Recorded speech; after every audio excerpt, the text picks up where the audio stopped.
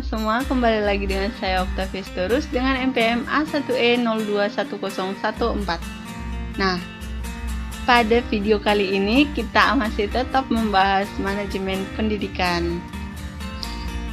Penasaran dong, pada pertemuan kali ini topik kita apa sih? Nah, teman-teman semua, topik kita pada kali ini yaitu sekolah sebagai suatu sistem. Dengan Bapak dosen pengampu mata kuliah yaitu Bapak Muhammad Kristiawan. Indikator dari topik bahasan kita kali ini yaitu yang pertama, pendidikan sistem. Yang kedua, sekolah sebagai suatu sistem. Yang ketiga, input sekolah. Yang keempat, proses sekolah. Yang kelima, output sekolah. Dan yang terakhir yaitu outcome sekolah. Apa sih yang dimaksud dengan pendidikan sistem? Nah, pendidikan sistem menurut Oxford English Dictionary adalah sekumpulan hal-hal yang saling berhubungan atau saling tergantung sehingga membentuk satu kesatuan yang kompleks. Suatu keseluruhan yang terdiri dari bagian-bagian yang telah disusun dengan teratur, menurut skema atau rencana tertentu. Sedangkan menurut The Random House Dictionary of English Language, sistem adalah suatu kumpulan fakta, prinsip, doktrin, dan lain-lain semacamnya dalam bidang khusus mengenai pengetahuan atau pemikiran. Menurut Fatah, pandangan pendidikan sebagai suatu sistem itu dapat dilihat secara mikro dan makro. Mikro dan makro. Apa sih yang dimaksud dengan mikro? Apa juga yang dimaksud dengan makro? Secara mikro artinya pendidikan dapat dilihat dari hubungan elemen-elemen peserta didik, pendidik, dan interaksi keduanya dalam usaha pendidikan. Sedangkan secara makro menjangkau elemen-elemen yang lebih luas. Pandangan pendidikan sebagai suatu sistem menurut Combs pada tahun 1968 dapat dilihat dalam dua hal, yaitu pendidikan secara mikro dilihat dari hubungan elemen peserta didik, pendidik, dan interaksi keduanya dalam usaha pendidikan. Yang kedua, pendidikan secara makro menjangkau elemen-elemen yang cakupannya lebih luas. Kemudian B, sekolah sebagai suatu sistem. Sekolah sebagai suatu sistem mencakup beberapa komponen, di mana di antara komponen terdiri dari beberapa faktor komponen yang satu dengan komponen lainnya saling terikat sehingga membentuk sebuah sistem. Komponen langsung atau output dan keluaran tidak langsung atau outcome.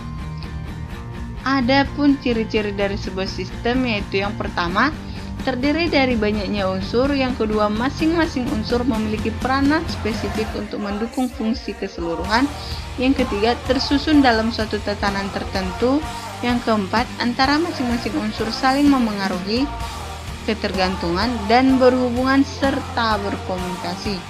Yang kelima, berproses melakukan transformasi dengan mekanisme tertentu. Yang keenam, tidak tergiur dari pengaruh lingkungan. Yang ketujuh, mempunyai maksud dan tujuan. Yang delapan, memerlukan masukan dari luar atau lingkungan. Dan yang terakhir yaitu mempunyai batas waktu. Menurut Irianto, pendidikan pada dasarnya adalah hubungan erat antara siswa dan guru atau dosen dengan mahasiswa, antar sekolah dengan perguruan tinggi di lingkungan wilayah tertentu. Fungsi organisasi adalah menjalankan proses input-output sistem yang berujung pada hasil produksi berupa output. Ada 3 elemen penting dalam model proses input-output. Yang pertama, siswa sebagai bahan dasar sekolah atau perguruan tinggi berasal dari lingkungannya. Lingkungan eksternal juga merupakan sumber memperoleh sumber daya. Yang kedua, tempat, proses, dan organisasi yang dikenal dengan teknologi produksi, sistem hubungan kemanusiaan yang merupakan jembatan antar lingkungan eksternal dan organisasi pendidikan yang merupakan efek dari produksi pendidikan yang bertanggung jawab. Ketiga, C. Input sekolah. Masukan adalah segala sesuatu yang diperlukan oleh sistem sekolah untuk menghasilkan keluaran yang diharapkan. Masukan itu biasanya terdiri atas masukan baku, merupakan siswa termasuk karakteristiknya. Yang kedua, masukan instrumental yang artinya merupakan guru, sarana dan prasarana kurikulum, serta dana dan pengelolaan sekolah. Kemudian, segala sesuatu yang berada di luar lingkungan sekolah. Artinya, input sekolah itu menerima setiap masukan-masukan yang diberikan untuk kebaikan sekolah. D. Proses sekolah. Menurut Segala, proses adalah perubahan dalam suatu objek atau organisasi, khususnya tingkah laku dalam perubahan psikologis, pembelajaran atau PBM.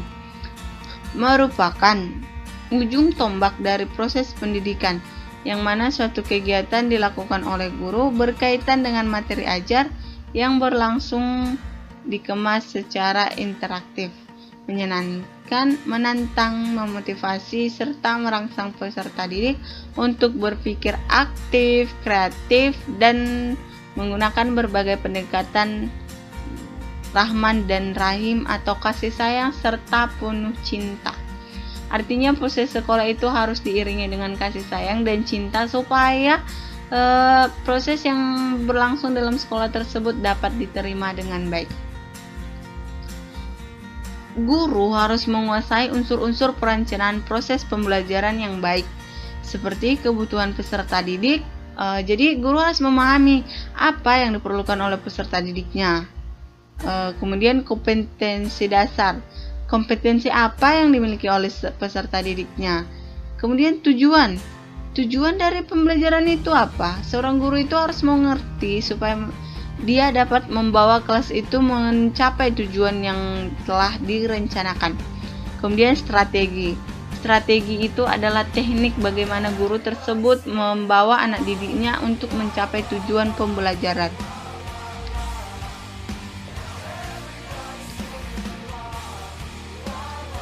Perencanaan yang kurang optimal hanyalah akan menghasilkan kegagalan. Sebagaimana pepatah bijak mengatakan, gagal dalam perencanaan sama dengan merencanakan kegagalan.